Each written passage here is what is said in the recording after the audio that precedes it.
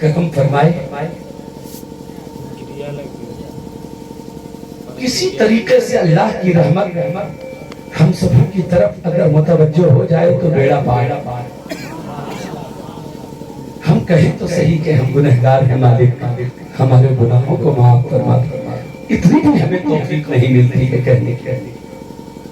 ہم تو ہر پل اپنی حیثیت لوگوں کو دکھاتے، ہر پل اپنی اوقات لوگوں کو دکھانا چاہتے۔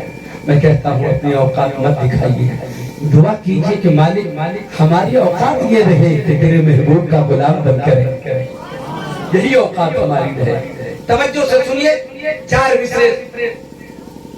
لشکر یزید کا اگر دمدار بہت ہے، لشکر یزید کا اگر دمدار بہت ہے، تلوار میں حسین کی بھی دھار بہت ہے۔ لشکر یزید کا اگر دمدار بہت ہے، تلوار میں حسین کی بھی دھار بہت ہے۔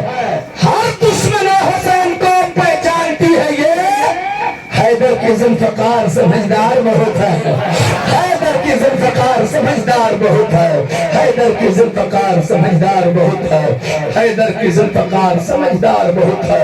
اور ظالم تیری نگاہ سمندر کی طرف ہے، ظالم تیری نگاہ سمندر کی طرف ہے، پانی کا قطرہ قطرہ تو اصغر کی طرف ہے۔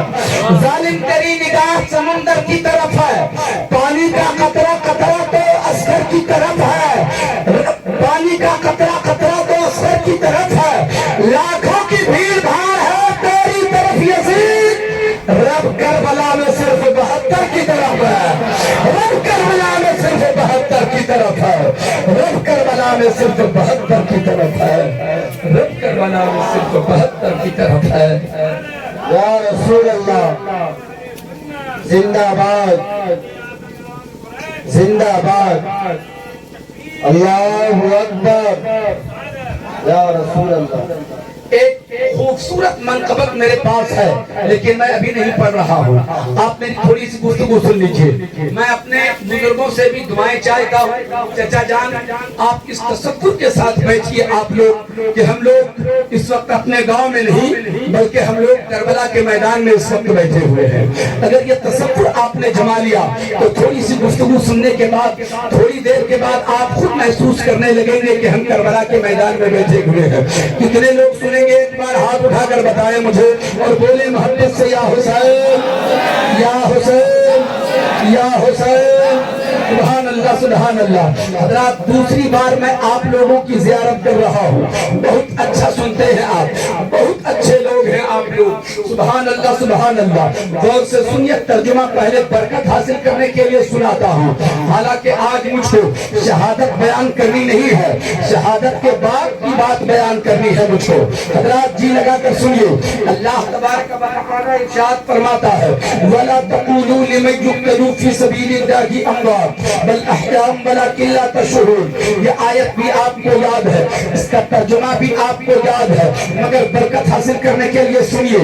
اللہ فرماتا ہے جو خدا کی راہ میں قتل کیے جائیں انہیں مردہ نہ کہو بلکہ وہ زندہ ہیں، انہیں مردہ نہ کہو بلکہ وہ زندہ ہیں۔ کون؟ جو خدا کی راہ میں مارے گئے، جو خدا کی راہ میں قتل کیے گئے، جو خدا کی راہ میں اپنی جان دے دیے، انہیں مردہ نہ کہو بلکہ وہ زندہ ہیں۔ مگر یہ عقل کا مارا کیا کہیں گے؟ دنیا میں عجیب عجیب سوچ رکھنے والے لوگ ہیں، کوئی سوچ کچھ رکھتا ہے کوئی کچھ رکھتا ہے۔ کسی نے کہا مولوی صاحب تم پاگل تو نہیں ہو گئے ہو؟ ارے روح نکل جاتی ہے جب انسان کے جسم سے تو انسان کو مردہ کہا جاتا ہے، روح نکل گئی تو مردہ ہو جاتا ہے انسان، اسے مردہ کہنا چاہیے۔ تم زندہ کہہ رہے ہو، تم زندہ کہہ رہے ہو، میں کہتا ہوں نہیں، میں زندہ نہیں کہہ رہا ہوں، قرآن اسے زندہ کہہ رہا ہے، ہمارا رب اسے زندہ کہہ رہا ہے۔ تم کہتے ہو روح نکل گئی تو مردہ کہو، آنکھ نہ دیکھے تو اسے مردہ کہو، سر تن سے جدا ہو جائے تو مردہ کہو، سر پھر سے الگ ہو جائے تو مردہ کہو، ہاتھ میں حرکت نہ ہو تو مردہ کہو، پاؤں کی جنبش ختم ہو تو اسے مردہ کہو، کان نہ سنے تو اسے مردہ کہو، زبان نہ بولے تو مردہ کہو۔ میں کہتا ہوں یہ کون اس سے انکار کرتا ہے؟ میں بھی تو یہی کہہ رہا ہوں، روح نکل جائے تو اسے مردہ کہو، جسم سے سر الگ ہو جائے تو اسے مردہ کہو، آنکھ نہ دیکھے تو تو مردہ کہو، زبان نہ بولے تو مردہ کہو، کان نہ سنے تو اسے مردہ کہو، مگر ظالم تجھے پتہ ہی نہیں چلا ہے جو تم فلسفہ سمجھا رہے ہو یہ موت کا فلسفہ ہے۔ موت کا فلسفہ یہی ہے کہ سر تن سے جدا ہو جائے تو مردہ کہو، یہ موت کا فلسفہ ہے۔ جسم سے روح نکل جائے تو مردہ کہو، یہ موت کا فلسفہ ہے۔ زبان نہ بولے تو مردہ کہو، یہ موت کا فلسفہ ہے۔ آنکھ نہ دیکھے تو مردہ کہو، یہ موت کا فلسفہ ہے۔ ہمارا قرآن موت کا فلسفہ نہیں سمجھا رہا ہے، ہمارا قرآن تو شہادت کا فلسفہ سمجھا رہا ہے، اور شہادت کا فلسفہ یہ ہے روح نکل جائے مگر زندہ کہو، آنکھ نہ دیکھے مگر زندہ کہو، کان نہ سنے مگر زندہ کہو، زبان نہ بولے مگر زندہ کہو، ہاتھ میں حرکت نہ ہو مگر زندہ کہو، پاؤں میں جنبش نہ ہو مگر زندہ کہو۔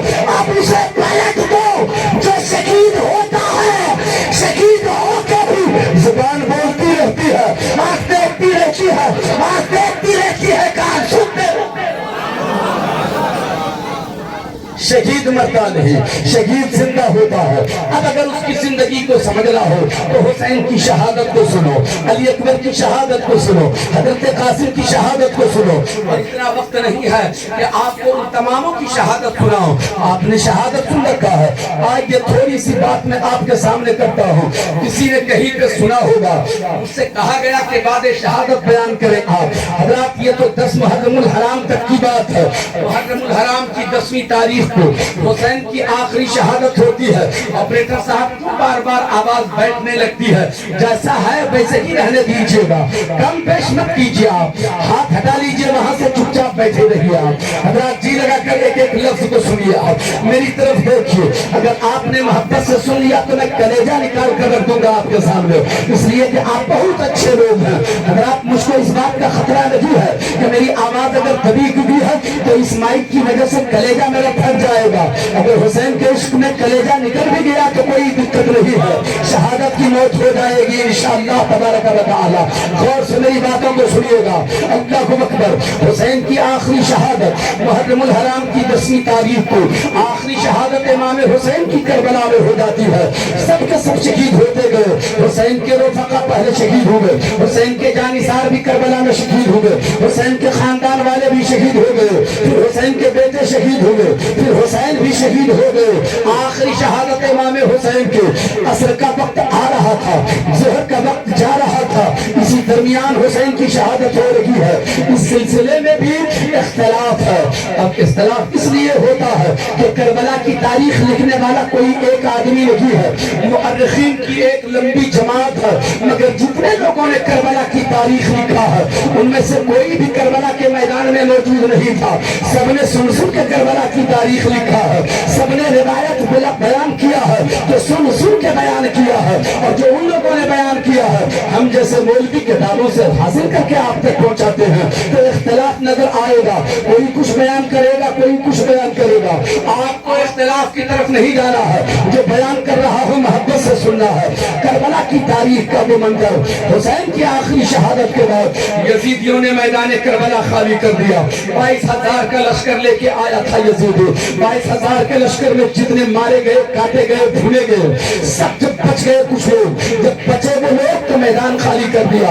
حسین کی آخری شہادت کے بعد یزیدیوں نے میدان خالی کیا، اب کوئی کربلا کے میدان میں نہیں ہے۔ کربلا کے میدان میں کون لوگ ہیں؟ حسین کے ساتھ جو مدینہ شریف سے عورتیں آئی ہیں، کچھ بچے آئے ہیں، 14 لوگ بچ گئے تھے، اللہ اکبر، 14 لوگ جو بچے تھے اس میں امام حسین کی ایک بہن تھی جس کا نام زینب ہے، اس میں امام حسین کی ایک بیٹی ہے جو 6 سال کی عمر ہے جس کا نام سکینہ ہے، اس میں امام حسین کا ایک بیٹا ہے جس کا نام زین العابدین سید سجاد جس کو کہتے ہیں، بیمار عابد ہم جس کو کہتے ہیں، وہ بیمار تھے اس لیے کربلا میں وہ بھی بچے ہوئے تھے۔